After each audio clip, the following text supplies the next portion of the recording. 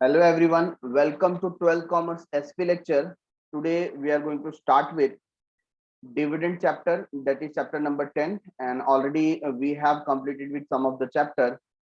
Take page number 144 where we can learn legal provision for declaration of dividend. Friends, हम लोग यहाँ पर check करने वाले हैं कि कोई ऑर्गेनाइजेशन अगर डिविडेंड डिक्लेयर करना चाहती है तो कौन से ऐसे लीगल प्रोविजंस हैं जिसको कवर करना होगा, कंप्लीट करना पड़ेगा. तो first of all there should be a board meeting. तो आपकी कंपनी डिविडेंड डिक्लेयर करना चाहती है तो डिक्लेयर करने के पहले आपको एक बोर्ड मीटिंग करना पड़ेगा. Dividend can be declared only on recommendation of board of director. ये जो बोर्ड ऑफ डायरेक्टर हैं वो डिसाइड करेंगे कि रेट ऑफ डिविडेंड कितना होना चाहिए. अलॉन्ग विद दैट इसको रिकमेंड करना बहुत जरूरी है. विदाउट रिकमेंडेशन डिविडेंड डिक्लेयर नहीं होगा. तो पहले बोर्ड मीटिंग में डिविडेंड को रिकमेंड करेंगे.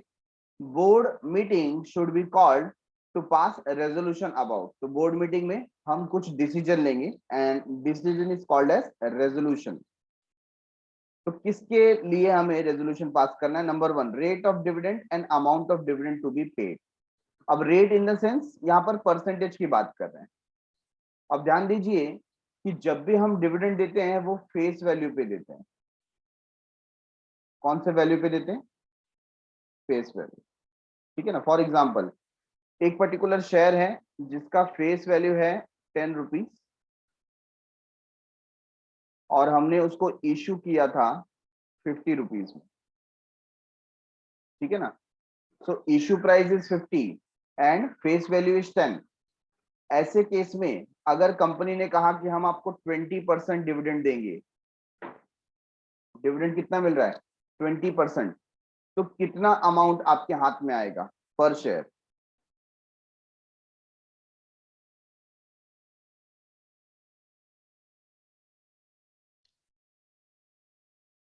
So as I said, dividend is always allotted on the basis of face value. तो यहाँ पर ये जो 20% की बात की है, it will be calculated on 10 rupees and not on 50 rupees. भले आपने 50 rupees दे करके शेयर परचेस किया है, लेकिन हम जब डिविडेंड देंगे वो 10 रुपीज पे देंगे. सो 10 rupees into 20% that will give us 2 rupees पर शेयर. तो आपको जो डिविडेंड मिलेगा वो मिलेगा 2 रुपीज पर शेयर का. Getting it everyone? तो इस तरीके से आप ध्यान रखिए कि डिविडेंड कभी भी डिस्ट्रीब्यूट होगा तो फेस वैल्यू पे डिस्ट्रीब्यूट होगा. तो rate of dividend and amount of dividend to be paid, पहले ये डिस्कस होगा. Next, book closure date for dividend. अच्छा, ये करने की क्या जरूरत है? यहाँ पर जो बोर्ड ऑफ डायरेक्टर हैं वो बोर्ड ऑफ डायरेक्टर डिविडेंड देने के पहले बुक को क्लोज कर देते हैं. अगर ऐसा नहीं करेंगे तो क्या होगा? आप जानते हैं शेयर बार बार ट्रांसफर होता है एक पर्सन से दूसरे पर्सन के पास, और जैसे ही हम किसी को डिविडेंड देना चाहें और उसने अपना शेयर किसी और को बेच दिया तो हमारे लिए डिफिकल्ट हो जाएगा कि किसे डिविडेंड देना है. राइट? तो हम क्या करते हैं, हम यहाँ पर एक बुक क्लोजर का डेट फाइनलाइज कर देते हैं जहां पर हमारा जो ट्रांसफर बुक है वो बंद हो जाएगा. मतलब उस पीरियड के लिए कोई भी शेयर ट्रांसफर होगा नहीं जब तक डिविडेंड फाइनलाइज होकर के डिस्ट्रीब्यूट नहीं हो जाता. ठीक है. तो हम यहाँ पर डिसाइड करेंगे book closure date for dividend. Number 3, date of annual general meeting. हम बोर्ड मीटिंग में सिर्फ रेकमेंड कर सकते हैं बट डिक्लेरेशन तो कहां पर होगा? एनुअल जनरल मीटिंग में, और वो भी शेयर होल्डर के अप्रूवल के बाद. तो हम यहां पर डिसाइड करेंगे कि एनुअल जनरल मीटिंग रखनी कब है. ठीक है. तो ये डेट फाइनल हो गया. D, bank with which a separate account should be open to remit the dividend amount. तो जो टोटल अमाउंट है डिविडेंड का जो हमें डिस्ट्रीब्यूट करना है उसको एक सेपरेट अकाउंट में ट्रांसफर करना पड़ेगा. तो हम एक बैंक में अकाउंट ओपन कर लेंगे.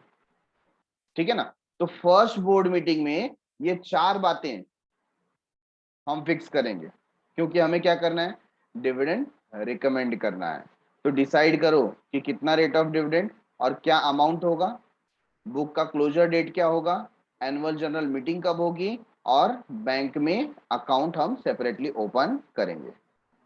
अब एजीएम फाइनलाइज करेंगे तो वहां पर कौन आएंगे, शेयर होल्डर, और शेयर होल्डर का अप्रूवल लिया जाएगा। क्या लिया जाएगा, अप्रूवल। तो पॉइंट नंबर 2 में dividend is approved by share holder by passing an ordinary resolution. एक ऑर्डिनरी रेजोल्यूशन पास करके डिविडेंड को अप्रूव किया जाएगा। अच्छा, ऑर्डिनरी रेजोल्यूशन का मतलब क्या होता है, ऑर्डिनरी रेजोल्यूशन का मतलब होता है जहां पर 50% मेजॉरिटी चाहिए।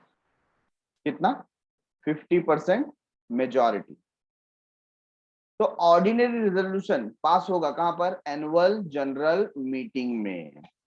ठीक है, next, share holders can declare a lower rate of dividend. देखिए ये शेयर होल्डर के अधिकार में है, भले जो डिविडेंड रेकमेंड किया है उसे शेयर होल्डर को अप्रूव करना होता है, बट शेयर होल्डर के पास एक पावर होती है कि वो चाहे तो उस रेट को वो रिड्यूस कर सकती है। फॉर एग्जाम्पल, अगर बोर्ड ऑफ डायरेक्टर ने बोला कि हम आपको 20% डिविडेंड रेकमेंड करते हैं, रिकमेंडेशन कितना हुआ, 20%, तो शेयर होल्डर चाहे तो इससे कम करा सकते हैं कि नहीं हमें 18% ही दीजिए, या उससे भी कम कर सकते हैं। लेकिन क्या शेयर होल्डर उसको इंक्रीज करा सकते हैं, answer is no.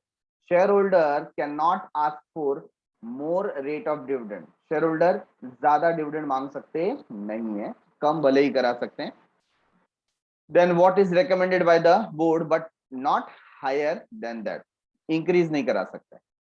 Once the dividend is declared at the general meeting, it cannot be revoked. इसके बारे में हम पहले भी बात कर चुके हैं कि एक बार डिविडेंड डिक्लेयर हो गया, फिर बोर्ड ऑफ डायरेक्टर अपने कमिटमेंट से पीछे नहीं हट सकते। That will be considered as liability, company को वो पे करना ही पड़ेगा, वो रिवॉक नहीं किया जा सकता, आप पीछे नहीं हट सकते। So company is not permitted to declare it second time in that year. एक बार आपने डिविडेंड डिक्लेयर कर दिया तो वापस से आप बोलोगे नहीं नहीं हमने गलत डिक्लेयर कर दिया था, हम आपको अभी कम देंगे या नहीं देंगे, ऐसा नहीं कर सकते। आप फिर से डिविडेंड चेंज करके डिक्लेयर नहीं कर सकते। Getting it everyone. तो फर्स्ट जो प्रोविजन है वो है बोर्ड मीटिंग का, सेकेंड है शेयर होल्डर्स अप्रूवल।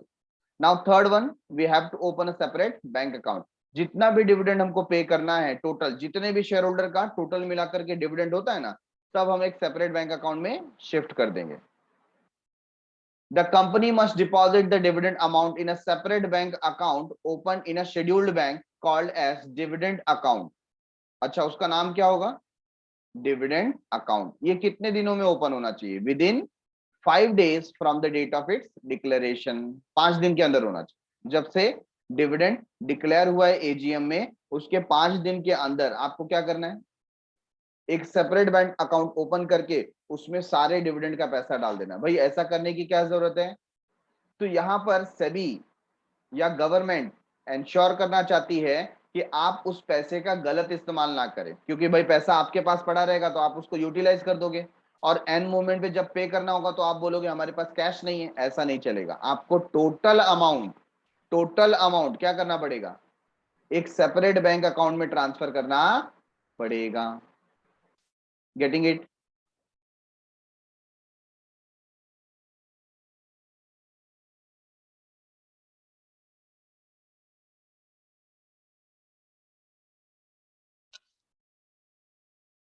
सो लिस्टेड कंपनी के बारे में पहले हम इंफॉर्मेशन देख रहे हैं।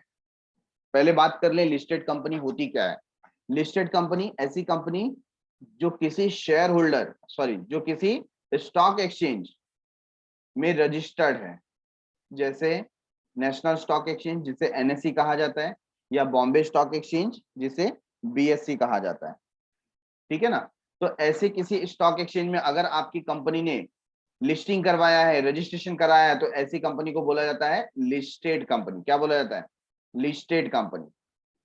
So where a company's shares are listed on the stock exchanges, additional requirement with respect to listing agreement must be followed. तो अगर आपकी कंपनी एक लिस्टेड कंपनी है तो आपको कुछ एक्स्ट्रा रिक्वायरमेंट है जो फुलफिल करने पड़ते हैं। वो क्या है, पहला, notify stock exchange where company securities are listed at least 2 days in advance of the date of meeting of the board at which recommendation of final dividend is to be considered.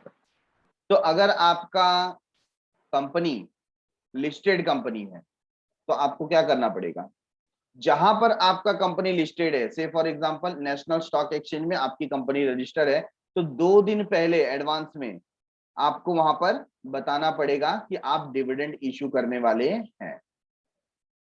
कौन से 2 दिन advance में बोल रहे हैं, जब से board meeting में ये रेकमेंड होता है ना, फाइनल डिविडेंड जब रेकमेंड होता है उसके 2 दिन पहले आपको क्या कर देना है, स्टॉक एक्सचेंज को खबर कर देनी है। B, intimate stock exchange immediately about declaration of dividend after the board meeting. तो पहले हमने बोर्ड मीटिंग के 2 दिन पहले बताया और फिर वापस से उनको इन्फॉर्म करना है बोर्ड मीटिंग के बाद, तुरंत बाद। C, give notice of book closure to the stock exchange at least 7 days before the closure। हमने जैसा डिस्कस किया था कि बोर्ड मीटिंग में हम डिसाइड करेंगे बुक बंद करने का। बुक बंद करने का मतलब ट्रांसफर बुक, कोई किसी को शेयर ट्रांसफर नहीं करेगा। ऐसे केस में आपको ये 7 डेज पहले ही बताना पड़ेगा। किसको, स्टॉक एक्सचेंज को बताना पड़ेगा। So give notice of book closure to stock exchange at least 7 days, 7 working days before the closure। Close the register of member and the transfer register। और फिर आप क्या करेंगे, रजिस्टर ऑफ मेंबर भी बंद कर देंगे, ट्रांसफर रजिस्टर भी बंद कर देंगे, ताकि कोई ट्रांसफर इस समय पर प्लेस ना हो और हम इजीली डिविडेंड डिक्लेयर कर सकें। It must use electronic mode of payment such as electronic clearance system, जिसको हम बोलते हैं ECS या इलेक्ट्रॉनिक क्लियरेंस सर्विसेज, है ना। इमीडिएटली आप किसी के अकाउंट में पैसे डिपॉजिट कर सकते हो। और नेशनल इलेक्ट्रॉनिक फंड ट्रांसफर, जिसको हम NEFT के नाम से जानते हैं, इसके थ्रू भी आप डिविडेंड जमा कर सकते हो as approved by the Reserve Bank of India, RBI।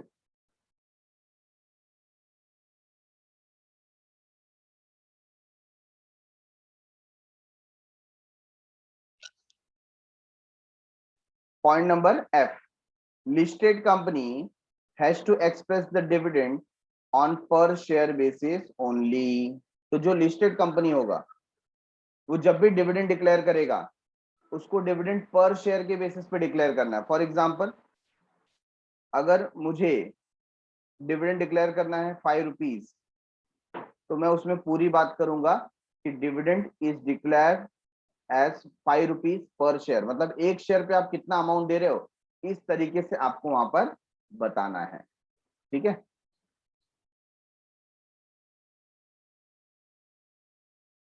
अब अगला कंसेप्ट आ गया, प्रोहिबिशन टू पे डिविडेंड। क्या ऐसी कुछ बात हो सकती है जहां पर हम कंपनी को डिविडेंड देने से रोक दें, मना कर दें?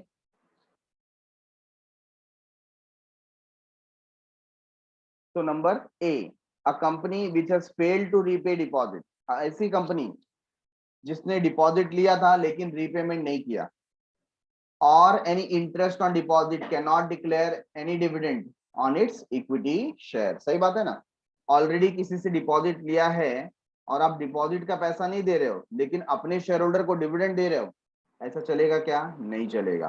तो पहले जो डिपॉजिट होल्डर का पैसा लिया है उनका पैसा आप रिफंड करो, सब कुछ क्लियर है, फिर आप अपने इक्विटी शेयर होल्डर को डिविडेंड दे सकते हो।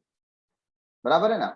तो पहले आपको क्या करना है, यहाँ पर ध्यान देना है कि अगर कोई कंपनी ने डिपॉजिट का पेमेंट नहीं किया है या उससे रिलेटेड जो इंटरेस्ट देना था उसका भी पेमेंट नहीं किया है, दोनों में से कोई भी एक प्रॉब्लम हो, तो ऐसी कंपनी को डिविडेंड देना अलाउड नहीं है। ठीक है,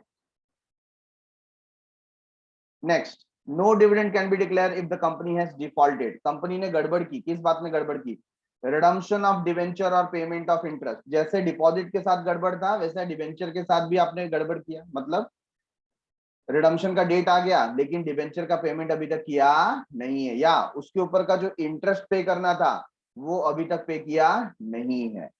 redemption of preference share, preference share का भी रिडम्पशन का टाइम आ गया लेकिन अभी तक पैसे आपने नहीं दिए, या payment of interest to financial institution, या आपने कोई लोन लिया था और उस पर इंटरेस्ट देना बाकी है। तो ये सारे केसेस हमको दिखाई देते हैं कि कहीं पर आपने बाहर का पैसा देना आपका बाकी है तो आप घर वालों को पैसे नहीं दे सकते, पहले बाहर का क्लियर करो फिर घर वालों के बारे में सोचेंगे। तो ये दो केसेस में आप डिविडेंड नहीं डिक्लेयर कर सकते, आपको प्रोहिबिट किया गया है, आपको मना किया गया है, रोका गया है।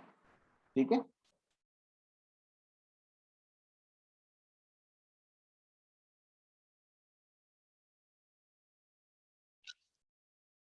Upcoming topic is legal provision for payment of dividend. ध्यान दीजिए, ऊपर हमने बात किया था डिक्लेरेशन ऑफ डिविडेंड के बारे में, लीगल प्रोविजन क्या है।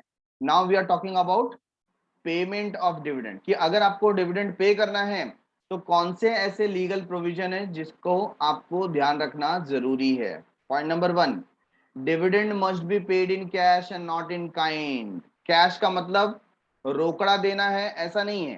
कैश का मतलब है कि आपका मोड कुछ भी हो, चाहे आप ऑनलाइन ट्रांसफर करो या फिर आप चेक से पेमेंट करो, एनईएफटी करो, यूपीआई पेमेंट करो, ईसीएस करो, but it should be in amount, not in kind. Not in kind का मतलब क्या हो जाता है कि वस्तु में आपको नहीं देना है, और इसके ऊपर पहले भी चर्चा हो चुकी है। ठीक है ना। What does it mean? या तो कंपनी क्या करेगी, कंपनी जो प्रोडक्ट बनाती है ना वही उठा करके एज ए डिविडेंड दे देगी, चलेगा क्या? नहीं चलेगा। ठीक है ना। So dividend must always be paid in cash and not in kind. Point number 2, dividend may be paid by cheque और वारंट और by any electronic mode to the share holder. ये अभी अभी क्लैरिफाई किया, यूपीआई से पे करो, ECS से पे करो, एनईएफटी से पे करो, सब चलेगा। Joint holding of share. अच्छा, ऐसा भी होता है कि कुछ शेयर का जो ओनरशिप है सिंगल व्यक्ति के हाथ में नहीं होता। सपोज 4 लोगों ने मिलकर के एक शेयर परचेस किया, तो ओनर कितने हो गए? 4। अब डिविडेंड देने की जब बारी आएगी तो किसको डिविडेंड देंगे चारों में से? वो सुन लेते हैं। Dividend warrant should be send to the registered address of the first name, जिसका नाम पहले है चारों में से, है ना, फर्स्ट होल्डर, उसके घर पे भेजा जाएगा। First name joint share holder as per the register of members or to such a person at his address as the shareholder or joint shareholder have given to the company in writing। तो या तो first share holder को दिया जाएगा, या सबने मिलकर जो डिसाइड किया है कि हमारा सबका डिविडेंड इसके नाम पर भेजिए, तो उसके नाम पर भेजा जाएगा। तो थोड़ा फ्लेक्सिबिलिटी भी दी है। अगर कोई इंफॉर्मेशन नहीं है तो जो फर्स्ट होल्डर है चारों में से उसके नाम पे डिविडेंड भेज दिया जाएगा, या तो चारों मिलकर डिसाइड कर लें कि किसको डिविडेंड देना है और राइटिंग में ये कंपनी तक पहुंचा दे। Number 4, time limit within which dividend is to be paid. देखो, डिविडेंड पे करना ना ये बहुत ही क्रूशियल पीरियड है, अगर ऐसा नहीं किया ना तो बहुत बड़ी पेनल्टी लग सकती है कंपनी के ऊपर। तो टाइम लिमिट यहाँ पर ध्यान देना है। Company must pay dividend within 30 days from the date of its declaration. 30 दिन के अंदर डिविडेंड पे होना ही चाहिए। You can not miss that date. बहुत बड़ा प्रॉब्लम हो जाएगा। और क्या प्रॉब्लम होगा, क्या पेनल्टीज लगेगी, वो हम आगे लर्न करने वाले हैं। बट इस बात को ध्यान दीजिए कि डिविडेंड 30 डेज के अंदर पे हो जाना चाहिए। Fifth one, dividend is payable only to the registered share holder of the company. Dividend हम किसे देते हैं? जो कंपनी का रजिस्टर्ड शेयर होल्डर है, मतलब जिसका नाम कंपनी के रजिस्टर ऑफ मेंबर में लिखा हुआ है, ऐसे व्यक्ति को ही हम डिविडेंड देते हैं। Preference shareholders are entitled to the dividend before it is paid to equity shareholder as per the terms of issue of the preference share। तो ये तो एकदम सही बात है। जब हमने प्रेफरेंस शेयर के बारे में पढ़ा था तो उसके अंदर सबसे पहले प्रेफरेंस इसी बात के ऊपर था कि जब डिविडेंड डिक्लेयर होगा सबसे पहले लाइन में कौन लगेगा? प्रेफरेंस शेयर होल्डर, और बाद में किसका नंबर आएगा? इक्विटी शेयर होल्डर का।